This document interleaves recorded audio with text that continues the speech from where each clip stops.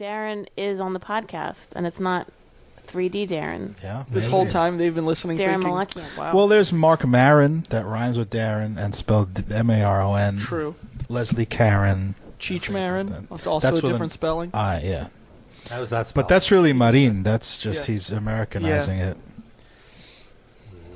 That's M-A-R-I accent I-N. Oh, I see. Karen Carpenter. Yeah, I get that too. D-A-R-E-N. One R. That's close. Oh, yeah, I've seen that. Anytime D-A-R-Y-N. I've never got that. I got D-A-R-R-I-N. I could see that. Like Bobby Darin? Is that how I think That that's was how he's one spelled? R, I think. Oh, okay. Pretty sure. I'm an expert on all Darren misspellings. As you Yeah. should be. You want to know who I was really named after? It was the actor Darren McGavin, who my mother's friend was a big fan of, and she said I like that name. What was he on? He was on Kolchak the Night Stalker. Oh, God. Which was a great show, by the way. Not to get too off track, but it was like the X-Files, proto X-Files in the 70s. There was just this one guy, though, who was like a PI, and he would investigate supernatural shit like werewolves and stuff. Did it run back-to-back with Kojak? No, that would have been very confusing. Yeah. But very easy to market. Yeah. So that guy, he was... He was in A Christmas Story. Oh, yeah, he's the dad, right? Oh! Yeah, he's the okay. dad. I forgot all about that. That's I've great. never been a big fan of that movie. Oh. Jennifer loves it. One of the iconic movies of my youth. I don't hate it. It's just like, I don't know. I think the hype is a little over. The Sandlot is another one like that. Those are the two movies of my youth.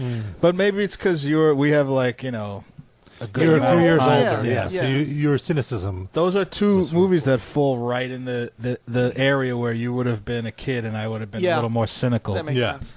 So. Well, let's see if we have Darren on the line. Hopefully we do. Nope. We don't. Just Alex Skolnick. Maybe that's Playing him the jamming. Was that Alex Skolnick for real? That's what he does now. He just plays hold music. Live. Yeah. Every time there's a call. They call him up and he starts playing. Could you imagine him in his studio apartment just sitting by a speakerphone with his guitar just ready? Anytime anyone's on hold, like he just gets buzzed and he has to start jamming out again. And he gets paid by the call, so he gets bummed out when there's like not a lot of traffic. Listen, it's a living. You Damn, gotta I make had some money. a new version of War Pigs all ready to go. Oh my God. Shame on him. Poor guy. How's he doing, Rob? You have any updates on Alex Skolnick? Maybe let's unmute this line so we can check in once in a while. Get tricky with him. Catch him off guard. Maybe we'll get tricky be with playing. Oh, he still goes. With some more yaz. Why don't we interview Alex Skolnick while we... No. Alex, you there? He's very into his music. He wouldn't just stop and... He wants to win a free shirt because he can't afford clothing. Oh my God. He's playing guitar shirtless right now. He's waiting till we do Thrash It or Trash It and give a shirt away. He's warming up. Sorry, Alex. Anything you submit, I would trash. Sorry. I What think it's if a given. he very expertly disguised who he was and then submitted a song? Is he disguising the sound as well? It didn't have to be. He just wants to win the contest. So he'll pick like a hardcore band? He'll or pick like a punk something band? you like to trick you so you can get a shirt to wear. Oh, that's fair.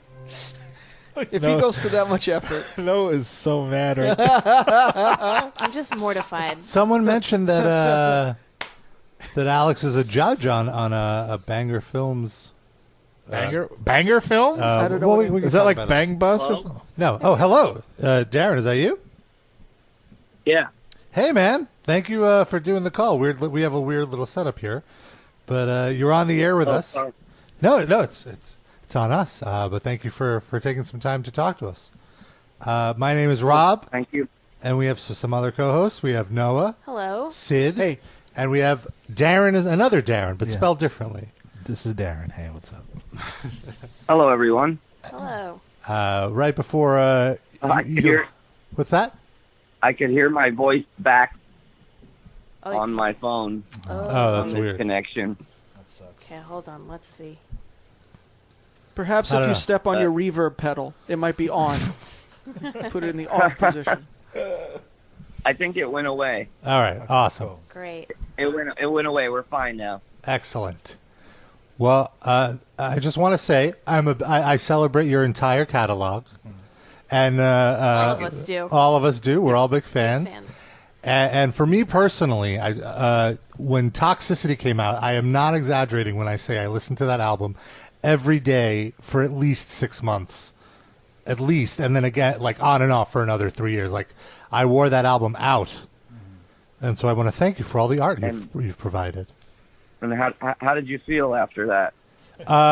Great. I felt like I felt wonderful. I still listen to. I'm still not sick of it. I will tell you. I still put on. I'm like, man, these are some Thank you. jams. They're timeless Really jams. appreciate that. Thank you. Well, we should also say thank you because your music has provided us a lot of bonding experiences, whether it's shows that we've been to or just like listening to albums together or even writing song parodies and just laughing to death using, your art. So thank you. Well, thank you. This interview is just going to be 20 minutes of us thanking I know you already did some ass kissing, but I want to throw something in. Okay, let's... Like Toxicity is really, to me, was the gateway music drug of me abandoning like basic bitch politics and like examining like a deeper sort of more what's a good word, Nuanced? Nuanced and environmentally like aware, like being aware of things outside the sphere of normal U.S. bullshit politics. Like that really kind of turned my head towards that to do more research in that direction. Great. And I feel like you've continued. I don't know what to Yeah, say. what can you I'm say? sorry, we had to get the ass kissing out of the way, and we're Yeah. going to get to it. It's just it's a great honor. Well, it seems like politics are always a part of your art. It's very much a part of. I assume it's a big part, unless it's a metaphorical. Dictator, the new album, and it's something I feel like you try to keep up on. Would that be fair to say?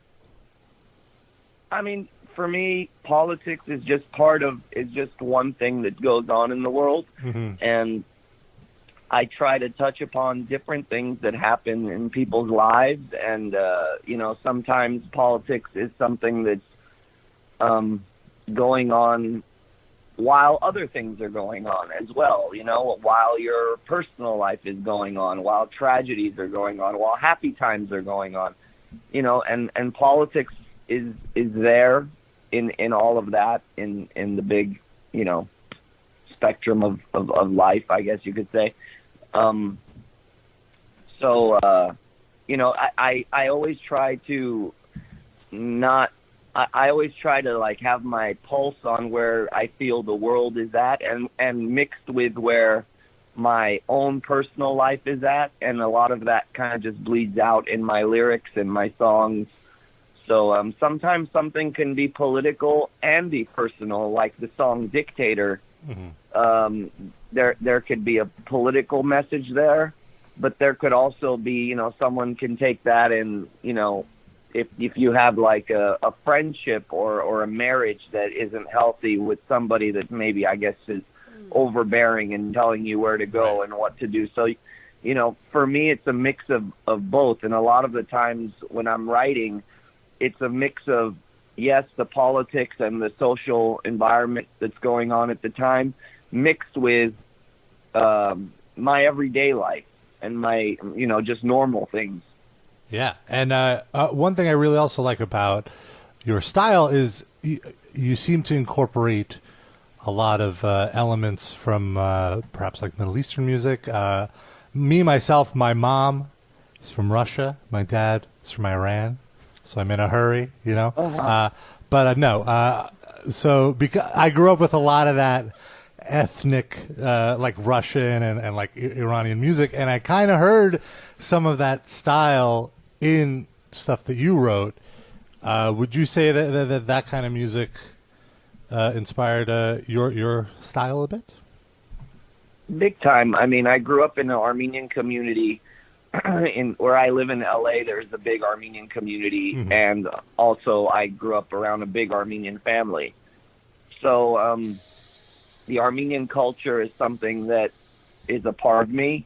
Armenian, Middle Eastern, Greek music, just all kinds of music was around when I was growing up. So I think it just kind of naturally bleeds out of me when I'm writing. I don't really try to go into that direction. Right. But it just kind of happens in a natural way, and it's become part of my style through the years. Whether it's with System or Scars, you're going to hear that direction. But it's not.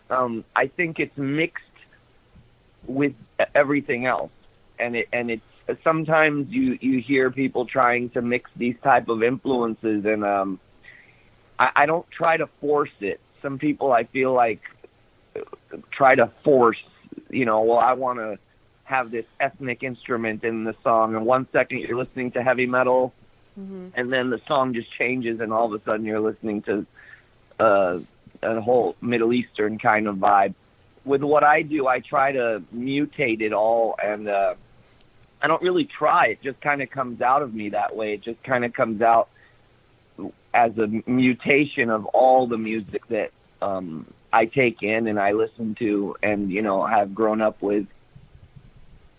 Yeah, it's definitely evident in your writing, as you mentioned, how you make it like a Middle Eastern part, but it doesn't at all sound forced. And I think that's one thing that I could really appreciate about that.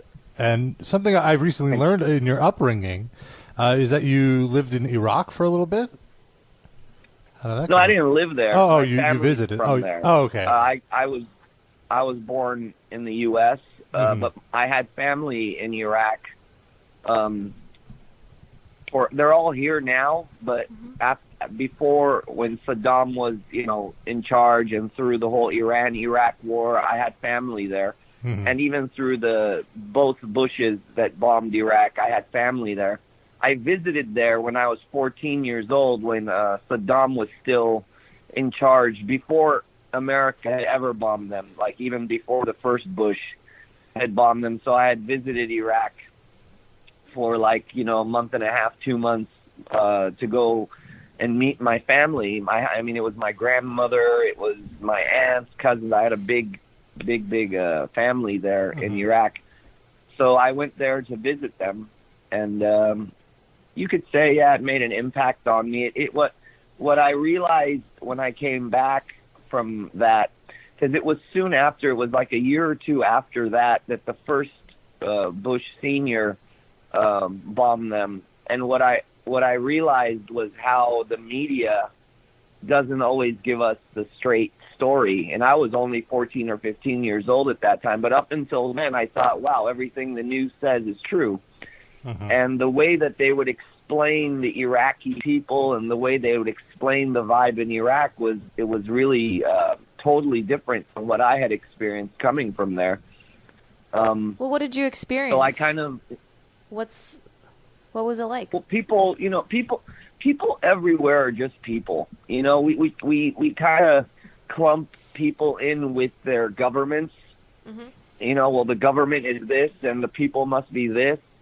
And that's not usually the case. In fact, the more oppressive the government usually is, the more humble and open the people are usually of those countries. From what I've noticed, I don't know if that's from being put on check for so many years by their by their government, but I just remember certain things that were said about Iraqi people and Iraqi life and how they all supported Saddam, and it just didn't match up with the Iraq that I had just experienced, which you had a lot of Saddam posters, pictures, statues everywhere, but it didn't necessarily mean everybody loved the guy. Everyone was kind of forced to just shut up about it, Yeah. And I think to get American people to agree to a war and agree to bomb country, I think sometimes they have to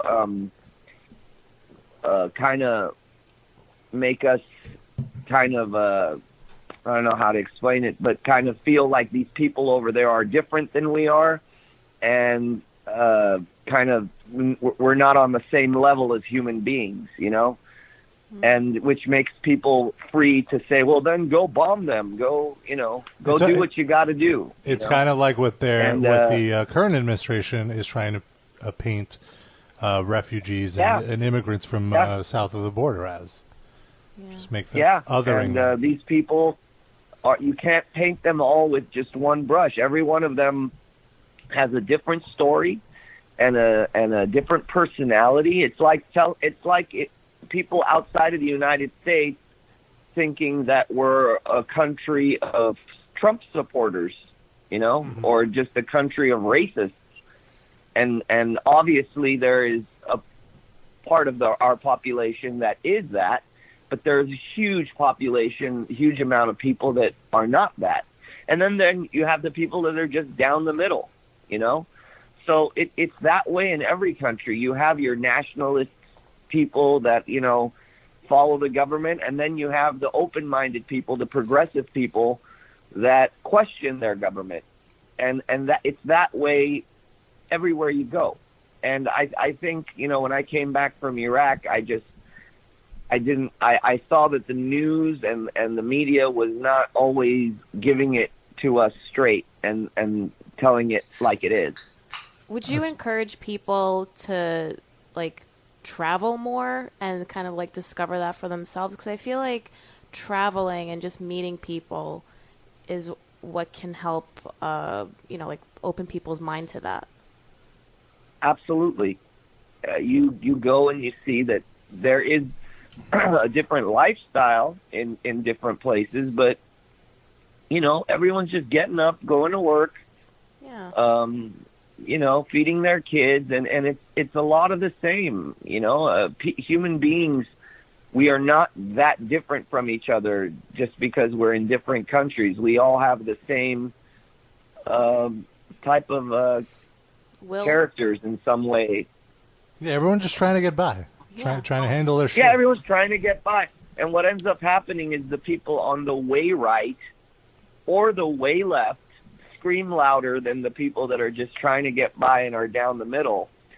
And that's why you get such radical people, you know, in power usually. I consider myself, I know a lot of people would think, well, System of a Down and, you know, you must be a, you know, far left liberal, but I'm not.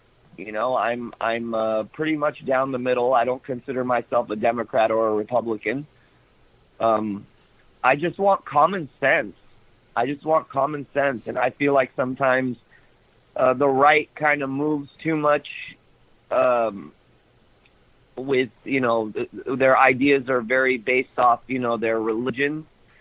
And the left sometimes is a little unrealistic with certain things that they might want. And, you know, I sometimes think, well, who's going to pay for all that, you know? So I kind of see both sides of it, and I see myself down the middle. And it's people that are down the middle that are not being heard at the end of the day. Because like I said, you know, everyone's just, you know, the people down the middle are not as involved. That's because we have to go to work to pay our bills. Yep. We're spending all our day at work. Exactly. So when you were in Iraq, you were a metalhead by then. Did you play any metal for people there? I took a lot of at that time I had cassettes. So I took a bunch of my cassettes with me and heavy metal, like magazines and stuff, to kind of keep me busy while I was there. And so, yeah, you know, I would let my cousins or my aunts listen to whatever I was listening to. And so I'd put my headphones on. They'd just kind of be like, "What the hell is this?" You know. So I don't think they'd ever heard anything like Slayer or anything like that before. So I don't know. I don't have proof of this, but I feel like I was one of the first people that ever like took heavy metal cassettes or anything even into Iraq at that time. Because remember, there was no soldiers from the United States there at that time. It was just, you know, Saddam. Saddam was in charge. So right, who else would have done it? Something that was. Excuse me? Like, if not for, like, who else could have possibly done it other than someone? I don't know. Yeah. One of Saddam's sons was a huge Anvil I, fan, from what I've heard. No. I didn't hear you. I just made a joke. Sid falsely pointed to history and said that one of Saddam's son was a huge Anvil fan. Just a bad joke. Maybe. It's possible. Maybe. If anyone, it would probably be them. So. So I was wondering, your father is a painter and your mother is, she does sculptures? Yeah. So I was wondering, growing up in a house where both of your parents are artists, what was their mentality towards you pursuing a career in music, or, you know, like, how was art treated in your household? There was always art going on in my house. My dad was always painting. I think they understood where I was coming from, so I was lucky in that way, where they understood my passion for it. But it also came with a lot of worry, and worried about, like, well, what, you know, really, this is what you're going to pursue in your life? How are you going to, you know, make a living doing this? It was kind of an unrealistic thing, especially being Armenian. Mm-hmm. There was no, like, Armenian band or musician to really look up to say, well, they did it, you know? And so, you know, a lot of people, when I would tell them what I wanted to do with my life when I was younger, kind of, you know, they believed in me, but there was also like, yeah, but what are the chances, you know, that you're actually going to make it being an Armenian person? You don't know anybody in the music business, and hasn't everything been done already? And, you know, I would get all these types of, you know, opinions and comments. And, you know, I just believed in myself, and I felt like I had something to contribute. And I just, you know, went forward with it, and, you know, just put the blinders on and just moved forward. And at a pretty young age, in my early 20s, you know, stuff started happening with System, and we started getting a lot of recognition in LA in the clubs. And pretty soon we got signed. By the time I was like 22 or 23 years old, I was already signed and on the road. So, you know, things started happening for me at a pretty young age, and they kind of backed off and was like, yeah, wow, this guy's actually doing what he said he was going to do. So, you know, they kind of trusted me after that. That's cool. It's cool that but, you very and your... lucky. Yeah, it's very lucky to have supportive parents. If anything, they just really supported me and understood my drive and my passion for it. And your dad's done the artwork on some of your albums, and also, did he do the artwork on Dictator? Yeah, he did. He's done the artwork on Mesmerized, Hypnotized albums, the first Scars album, and this latest release, Dictator. That's awesome. Cool for me to kind of... He's not much of a self-promoter. Me and my mom were pretty much the only people that really saw my dad's paintings. He never really did exhibitions or anything like that. So it's really neat for me to kind of show people what my dad does. I have a lot of pride in that. It's really cool for me to do that. And what's his response to, like, all of the exposure that he's getting? And I'm, you know, like, your fans are very vocal about, like, artwork and stuff like that. So how's he responding to it? You know, sometimes he's not that aware of it. My dad doesn't have a cell phone. He does not know how to use a computer. So he doesn't really read or see the things that, you know, people are saying or commenting about. I come and I have to, you know, I come and tell him. But he's just very old school, you know, so he doesn't have the cell phones, Facebook, Insta. He doesn't even know how to turn it on. So, you know, I kind of have to come to him, and, you know, he's like a 71-year-old Armenian man, you know, so I kind of go to him and tell him, like, you know, people are really liking the art, and he gets excited, he gets happy, and it's cool. It's a cool thing. That's sweet. One thing that I've talked about a lot on this podcast personally is my love of sunflower seeds. And there's a famous lyric in one of the System of a Down songs that eating seeds is a pastime activity. Do you partake in eating sunflower seeds? Was that your? I do.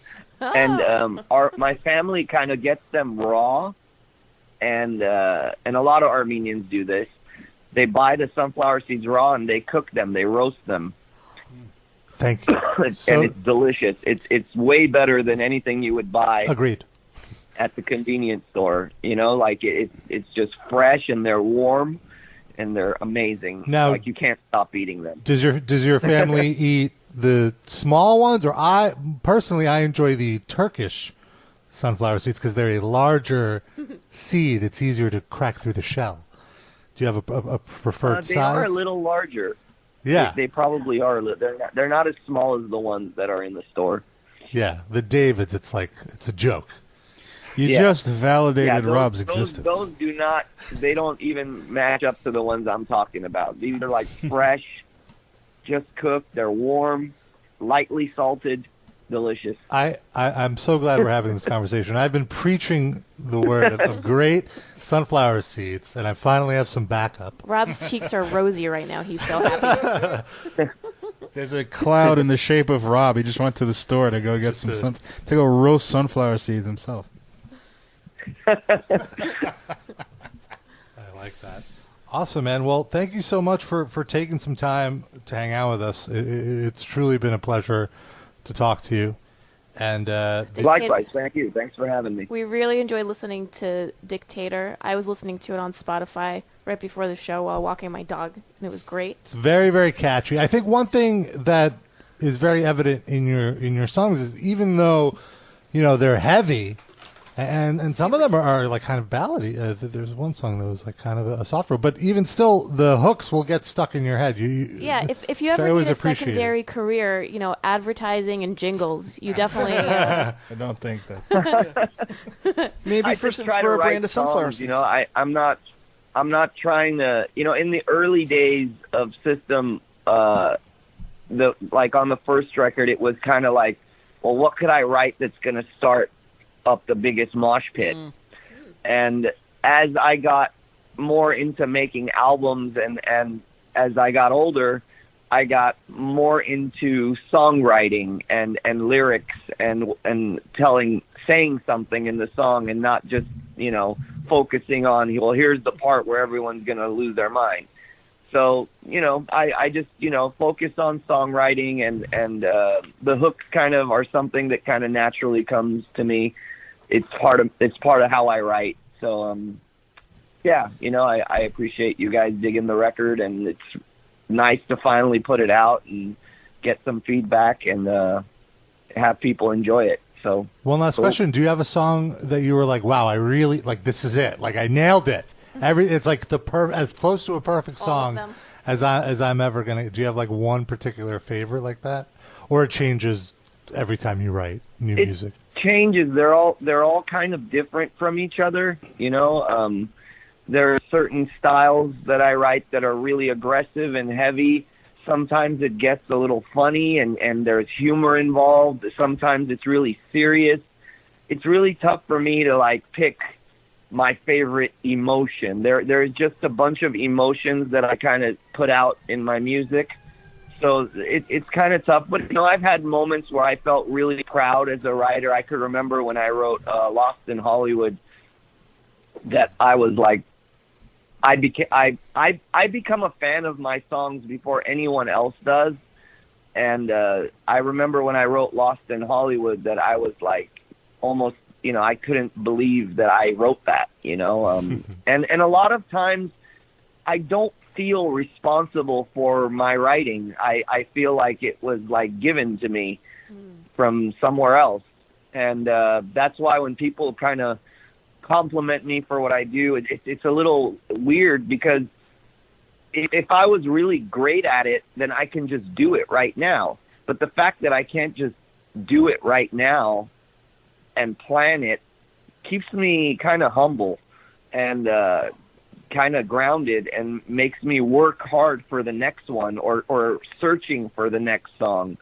So a lot of times I don't feel personally responsible for the songs that I write because they just kind of come out of me from somewhere, and it feels like I was almost just like a medium. Oh, wow, yeah. Wow. That's cool. That's awesome. Yeah, I never thought of creativity in such a way. Yeah, it's kind of like meditative in a way, or like divine. I don't know. You can't really describe It's a combination of feeling right and being excited to write, and you know, and a lot of it is just out of your hands. Like I said, if I sat down right now and said, well, I'm going to write a song, chances are I won't write anything that impresses me. Right. And it's usually when I don't expect it that I write something that I was like, wow. And, you know, I just get really excited because I didn't see it coming. And like I said, it makes me feel like I'm not really responsible for what I'm writing a lot of the time. Awesome. Well, Daron, thank you again. I want to mention Scars on Broadway will be playing the Fonda Theatre in Los Angeles on August 4th. And System of a Down are going to be playing their first U.S. shows in 3 years this fall. I beg of you, please come back to New York City. We would love to see you. Not that you have any... yeah, like, not that it's really up to you. But we will try to get that together. Thank you. I appreciate it. Thank you so much for taking the time to talk to us. Yes, thank you very much. Thank you, guys. Thank you. Have a great night. All right. You too. Bye. That was... Dictator is out right now. So everyone Daron, go check it out. Yeah, Daron Malakian, Scars on Broadway, Dictator, new album. Very excellent. Very excellent guest. Excellent. Very humble. So humble. Oh, my God. And he loves sunflower seeds. I'm going to have to hit up his publicist and send over some of mine and see how he Do you like a them. sunflower seed exchange? Oh, man. Oh, what an honor if his family would roast Call him some back, sunflower seeds and send him over this way. That would be huge. That would be huge. These poor Armenian people, like, they would have to do, like, this roasting for this fucking guy. I'm not related to this guy. Screw him. Imagine.